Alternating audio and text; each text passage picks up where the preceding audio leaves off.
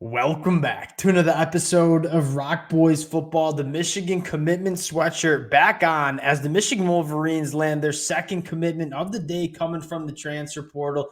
This one, Dill, from a familiar face, Amorion Walker, who transferred to Ole Miss back in the winter portal window, comes back to Michigan after spending the spring with Ole Miss. And Dill, it sounds like he's going to be back on the offensive side of the football.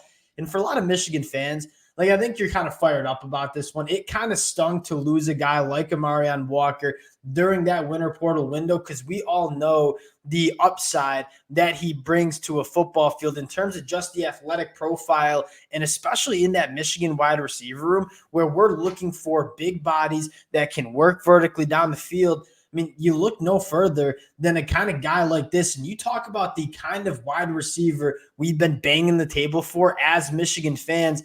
It's this kind of wide receiver, and although the production on the field hasn't been there for Amarion Walker yet, this is the kind of body that we wanted to add to this wide receiver room, want to get into Amarion Walker, talk about what he could bring to this Michigan offense, and then, Dill, a little bit of an update on another target for Michigan in the transfer portal. Before we get into it all, I just want to say thank you to you guys, the Michigan fans. It has been an absolute blast talking this program, and the amount of support y'all have shown truly does mean a lot. You guys know there's no program we love talking about more than our Michigan Wolverines. If y'all do enjoy the content, consider subscribing to the channel. Much more importantly, would love to hear how you guys are feeling about this one in the comment section. Might be some mixed feelings, some question marks. We'll talk it out in the comment section. And Dylan, I'm going to give you the tee box here.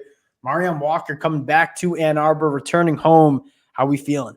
Yeah, and just on the front of he left, he came back. Like if the Michigan staff believes it, I believe it. I mean, you just have seen how well this, in my opinion, Michigan's kind of managed this new era.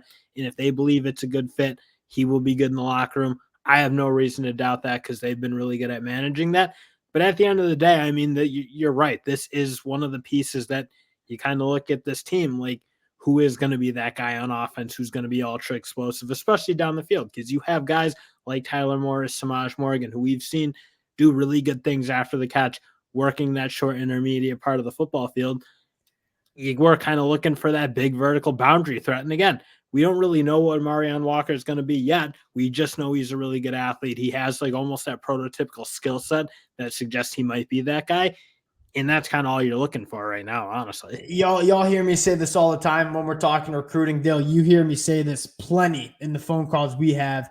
Bet on these kind of guys, right? Football is a height, weight, speed game. You got to find guys that are big, that are fast, that can move. And Amorion Walker is that guy. I mean, you talk about him coming out of high school, the athletic profile, the prospect. I think the reason why he was, kind of an under the radar prospect is you weren't really sure what he was going to do on the football field. He was just kind of one of those guys that, hey, get him into our locker room, get him on the practice field. We'll kind of figure out the rest. And I mean, yeah, it's been a little bit of a rocky beginning to his college football career, starting on the offensive side of the football, moving to the defensive side of the football. Now, I think once he's settled in that wide receiver room where he's going to be able to get a lot of reps in fall camp just because of how thin that room is.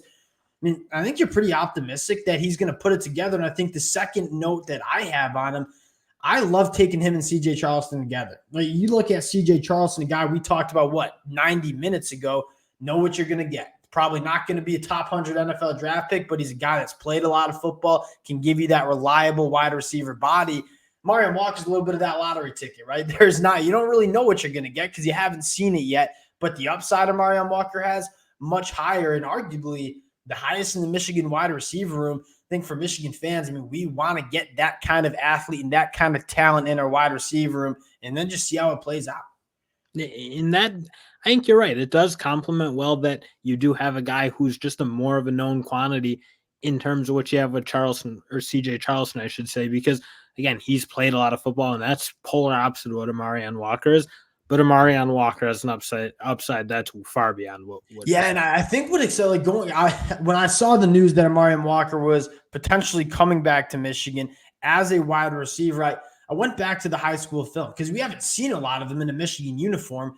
What does he excel at? And this is a guy that you see the long speed on the film pretty evidently, but you also see a guy that, I mean, this is someone who, about 12 months ago during spring practice in 2023, had some insane three cones in terms of like being one of the highest that you'd see at the NFL Combine.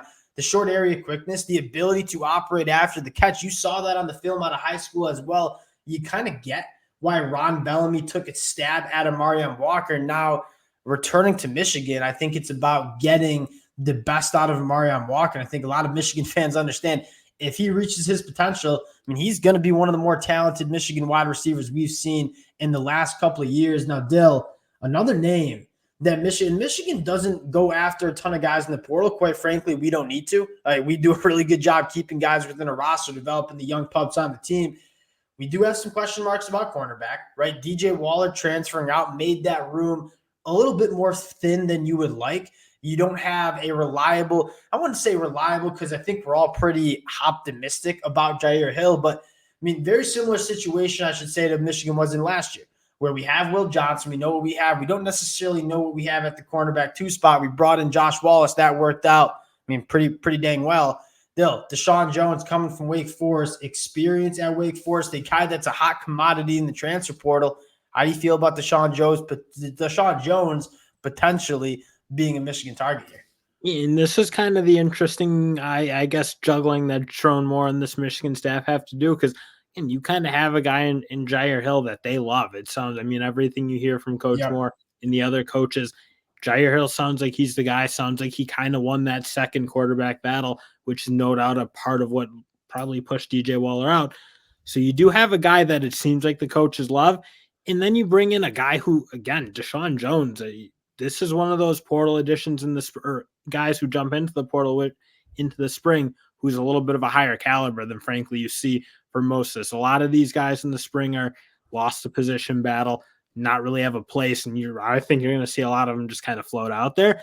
But Deshawn Jones is a guy who I think a lot of big schools are going to want, ultra productive at Wake Forest, probably just wants to take that step up and kind of win some more games, frankly, and be on a team like Michigan. So again, I think this is a good take. I think it does give you kind of that third guy who I think you really believe in, because right now you have 2, and then you have guys like Pollard and obviously McBurrow, some of those guys behind, but I do think it's not bad. And I think at the end of the day, it's very similar to what we did with Josh Wallace in terms of just getting a proven commodity in that cornerback room and kind of stimulating that competition. I always look at position rooms saying that's exactly what you want. You want a guy that you know what he can bring, and then you want some young guys that are pushing the older guys, the veterans on that team. I think that would kind of foster that kind of situation.